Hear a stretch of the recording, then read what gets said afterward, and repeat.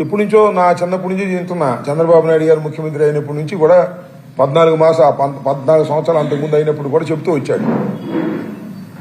ఏంటది? చెత్త నుంచి సంపద అని. కొత్తగా పెట్టింది ఏం కాదు. ఇది ప్రపంచవ్యాప్తంగా, దేశవ్యాప్తంగా వేస్ట్ నుంచి ఎనర్జీ తయారు చేసేటటువంటి ప్రక్రియ జరుగుతూ ఉంది. దేశవ్యాప్తంగా, ప్రపంచవ్యాప్తంగా జరుగుతూ ఉంది. దాన్ని ఈయనే కనిపెట్టినట్టు చెప్తాడు. ఒకటి. రెండో అంశం ఏంటంటే స్వచ్ఛాంధ్ర, దీంతో పాటు యుద్ధం అంట, దోమల మీద యుద్ధం అంట. నా చిన్నప్పుడు కూడా చెప్పాడు, దోమల మీద యుద్ధం అని కత్తి పెట్టేశారు ఒకసారి పెద్ద వాల్ పోస్టర్. దోమల నిర్మూలన కార్యక్రమం ఇది. సింపుల్ దోమల నిర్మూలన కార్యక్రమం. దానికి యుద్ధం ఏంటి? అవి మనతో యుద్ధం చేస్తాయా?